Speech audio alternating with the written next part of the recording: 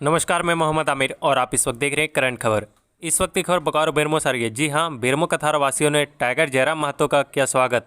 बताते चले कि बोकारो जिला के बेरमो अनुमंडल अंतर्गत बोकारो थर्मल थाना क्षेत्र के सीसीएल कथारा क्षेत्र में टाइगर जयराम महतो का क्षेत्रवासियों द्वारा भव्य स्वागत किया गया।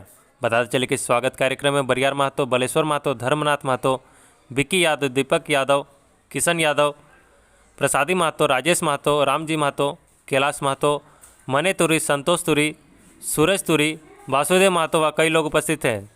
तो आइए सुनते इस संबंध में टाइगर जयराम महतो ने हमारे संवाददाता मोहम्मद सबा को क्या कहा। अब हम लोग विधानसभा में जैसा कि 1932 के खतियान को पारित किया गया है, लेकिन अभी भी संशय बना हुआ है क्योंकि ये केंद्र के पाले में। लेकिन उसके बावजूद चूंकि राज्यवासियों को संदेश देना चाहेंगे कि 1932 हमारे मुद्दों में से एक मुद्दा है, वही मुद्दा है कि जब फिराक में ना रहे। तो हम लोग फिलहाल कोलियरी क्षेत्र में है और कोलियरी की समस्या होती है कोयला की खदानें, विस्थापन और पुनर्वास। तो फिलहाल अब हम लोग कोलियरी क्षेत्र में जो लोग हैं उन्हें आंदोलन करने के लिए गोलबंद कर रहे हैं, क्योंकि अगर झारखंड बनने के बाद अगर सबसे ज्यादा कोई प्रताड़ित हुए हैं, सबसे ज्यादा अगर कोई शोषित हुए हैं, तो वो जो लोग औद्योगिक क्षेत्र में हैं, जो लोग कोलियरी क्षेत्र में बसाव करते हैं, उन्हें सबसे ज्यादा नुकसान हुआ है। इसीलिए अब हम लोग जो कोलियरी बेल्ट है, जो औद्योगिक बेल्ट है, वहां जाकर लोगों की आवाज को बुलंद कर रहे हैं। क्योंकि आज भी सैकड़ों ऐसे उदाहरण मिलेंगे जहां जमीनें 20-25 साल 40 साल पहले ली गई हैं, लेकिन उस परिवार को, पीड़ित परिवार को आज तक मुआवजा नहीं मिल पाया है, ना उन्हें नियोजन मिल पाया है। उदाहरण के लिए आपका घाटों में उमेश टिडवार नामक एक शख्स लगभग 200 दिन से, यानी लगभग 8-9 महीना से वो आंदोलन धरने पर बैठा है कि उसकी जमीन टाटा ने लेने का कार्य किया है, लेकिन आज वो आंदोलन कर रहा है। तो ऐसे बहुत सारे अनगिनत मुद्दे हैं जिनमें झारखंड वासियों को साथ अन्याय हुआ है। उसी अन्याय के प्रतिकार के स्वरूप में हम लोग आंदोलन करने की तैयारी कर रहे हैं, और आंदोलन तभी होगा जब हमारे पास संगठन होगा। तो इसलिए हम लोग संगठनिक विस्तार के लिए आज बेरमो और गोमिया में आए हुए थे, और इसी क्रम में जो अनुभवी लोग हैं, जो आंदोलन किए हैं, जो आंदोलन को जानते हैं, समझते हैं, उनसे बातचीत करने के क्रम में आज यहाँ पहुंचे हुए हैं। भविष्य में क्या बेरमो के धरती पे आंदोलन आगे बढ़ेगी? निश्चय ही। आज अगर बात करें तो धनबाद और बोकारो शोषण का क्षेत्र रहा है।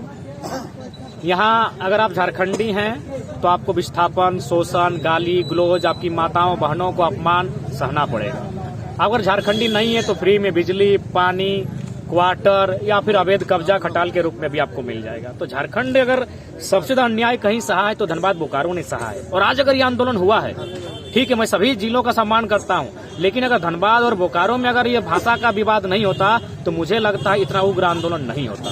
तो कोयलांचल ने अन्याय सहा है, इसलिए आज कोयलांचल की माटी, चाहे बेरमो की माटी हो या फिर अन्य कोयलेरी क्षेत्र हो, उन्होंने आंदोलन के लिए अपने आप को तैयार किया है। क्योंकि हमारे पास जिंदा रहने के लिए एकमात्र विकल्प है आंदोलन। क्योंकि आंख खुलती है और सुबह एक फरियाद आता है कि यहाँ से यहाँ तक की जमीनों में अडानी का फैक्ट्री लगेगा, यहाँ से यहाँ तक की जमीनों टाटा को दी जाएंगी। तो ये डर हमेशा सताकर रहता है। इसीलिए आज झारखंड की माटी में झारखंडी को जिंदा रहना है तो आंदोलन करना होगा। जिस तरह के विधायक को आपने मुंशी बोला, तो क्या विधायक मुंशी के लायक थे? निश्चय, अगर वो मुंशी बनकर आए थे तो मुंशी के ही योग्य थे।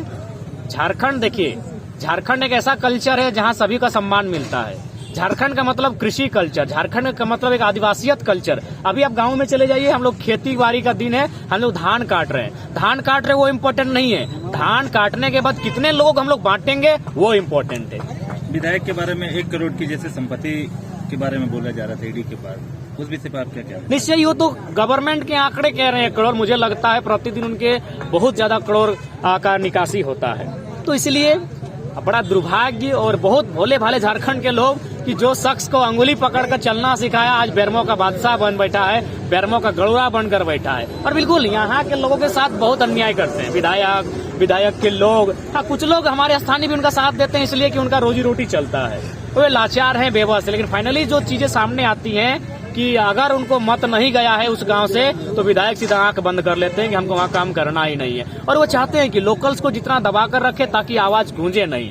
इन्हें सीमित कर देना चाहते हैं फुटबॉल के चंदे तक, इन्हें सीमित कर देना चाहते हैं बेटी का विवाह तो 2000 तक, इन्हें सीमित कर देना चाहते हैं कि बेटा अगर बीमार हो जाए तो 2000 तक, लेकिन अधिकार नहीं दे सकते हैं। अगर अधिकार दिया जाता तो एक विधायक, मुझे लगता है, इतना पावर रखता कि आज केवल बेरमो से समस्त बोकारो का पेट भर सकता था। इतना खनिज संपदा बेरमो की माटी में। बेरमो की जनता रोजगार के लिए परेशान है, ये कब तक दूर? ये तब तक नहीं दूर होगा जब तक यहाँ के आवाम डर को ना छोड़े।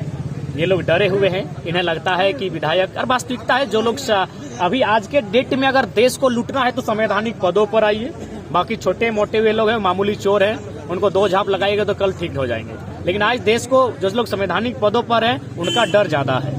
आज लोग लड़ाई अगर करने से घबराते हैं तो किसी विधायक, सांसद की, मंत्री की, उनसे मेरा सामना ना हो, उनसे नहीं सकेंगे, क्योंकि आज के डेट में सबसे बड़े दबंग वही लोग हैं। क्या जयराम महतो का ये चुनावी पॉलिसी है?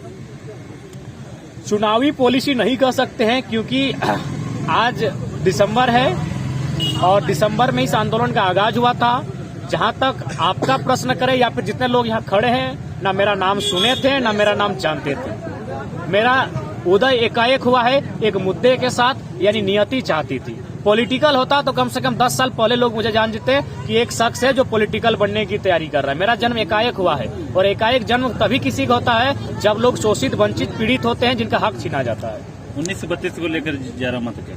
1932 को लेकर झारखंड की जनता आज भी कंफ्यूजन में है, क्योंकि स्थानीय नीति और नियोजन नीति का जो मामला होता है वो राज्य की सरकार का होता है। उसके लिए हमारी अनुसूची 7 बनी है, जिसमें सकते हैं, क्योंकि आज दिसंबर है और दिसंबर में इस आंदोलन का आगाज हुआ था। जहां तक आपका प्रश्न करे या फिर जितने लोग यहाँ खड़े हैं, ना मेरा नाम सुने थे ना मेरा नाम जानते थे। मेरा उदय एकाएक हुआ है एक मुद्दे के साथ, यानी नियति चाहती थी। पॉलिटिकल होता तो कम से कम 10 साल पहले लोग मुझे जानते कि एक शख्स है जो पॉलिटिकल बनने की तैयारी कर रहा है। मेरा जन्म एकाएक हुआ है, और एकाएक जन्म तभी किसी का होता है जब लोग शोषित, वंचित, पीड़ित होते हैं, जिनका हक छीना जाता है। 1932 को लेकर जयराम महतो क्या? 1932 को लेकर झारखंड की जनता आज भी कंफ्यूजन में है, क्योंकि स्थानीय नीति और नियोजन नीति का जो मामला होता है वो राज्य की सरकार का होता है। उसके लिए हमारी अनुसूची 7 बनी है, जिसमें संघ सूची, केंद्र सूची और राज्य सूची होती है। और राज्य सूची के अंतर्गत राज्य सरकार अपने राज्य के लोगों के उत्थान के लिए नीतियां बना सकता है। तो कहीं न कहीं से एक पॉलिटिकल एजेंडा बनाया जा रहा है, और अभी तक राजभवन नहीं पहुंचा है। तो संशय यही रहेगा कि जिस प्रकार सरना धर्मकोड का हुआ था, कहीं 32 का ना हो। अगर 32 के साथ ऐसा होता है तो मुझे लगता है झारखंड के लोग चले जाएंगे, ठगे जाएंगे। मंत्री जगन्नाथ महतो का कहना था कि दिल्ली का केजरीवाल मॉडल हम लागू करेंगे झारखंड में, आपको क्या लगता है? देखिए, बहुत ये सब केवल कही सुनी बातें हैं। दिल्ली का अगर मॉडल लाना है तो उसके लिए आपको सोचना पड़ेगा। बाकी जिन्होंने मंत्री जी का आपने बात किया, सबसे पहले उनके स्वास्थ्य की कामना करते हैं, हमने हमेशा कहा है। लेकिन वे उस मॉडल के पक्षधर नहीं हो सकते। इसलिए नहीं हो सकते हैं कि वो अब देखिए आंदोलनकारियों के बारे में अनर्गल बयान देते हैं। आप अगर दिल्ली मॉडल की बात करते हैं तो आपको मनीष सिसोदिया से सीखना चाहिए। वो इंसान कितना शांत, कितना शालीन, कितना विनम्र होता है। लेकिन मंत्री जी बोलते हैं अगर पापा लेकिन एक मंत्री का शब्द शोभा देता है। आपकी लड़ाई आंदोलनकारियों से है तो आप संवैधानिक बात रख सकते थे कि इन लोग अभी नौसिखिया है, बच्चा है, कूल होकर बात रखना चाहिए। आप हाथी के लोग कहते हैं कैरेक्टर ही ऐसा है, तो हम भी कहेंगे इस कैरेक्टर के लिए मंत्री पद सूट नहीं करता। एक बार जयराम जी क्या 2024 में विधायक का चुनाव लड़ेंगे? विधायक बनने का ख्वाहिश नहीं है, ख्वाहिश है किंग मेकर बनने का। लोगों का, मैं बचपन से मेरी एक ही ख्वाहिश थी कि राजा कोई और बने, फर्क नहीं है, राजा को बनाने के पीछे मेरा रोल होना चाहिए। तो चुनाव लड़ेंगे या नहीं लड़ेंगे? देखिए, मैंने स्पष्ट कहा है, मैं एक साधारण सा छात्र हूं, और जब मेरी सभाएं होती हैं आप देख सकते हैं हम 4 चक्का में चल पाते हैं, क्योंकि वे लोग उठा के चंदा देते हैं। लेकिन आज चूंकि सभा नहीं था, आज हम देख सकते हैं बुलेट से इतना ठंड में कांपते हुए आए हैं, यानी मेरे पास गाड़ी तक नहीं है। तो चुनाव लड़ने के लिए हम लोग सामर्थ्य नहीं रखते हैं। लेकिन जनता, अगर जनता, जिसमें कभी होता था धान 4 दान देकर, तो जनता अगर चाहेगी, जनता अगर सोचेगी, तो जनता के नियम का, जनता के निर्णय का हम स्वागत करेंगे। लेकिन जयराम महतो का व्यक्तिगत निर्णय, व्यक्तिगत चाहत चुनाव लड़ने का नहीं है।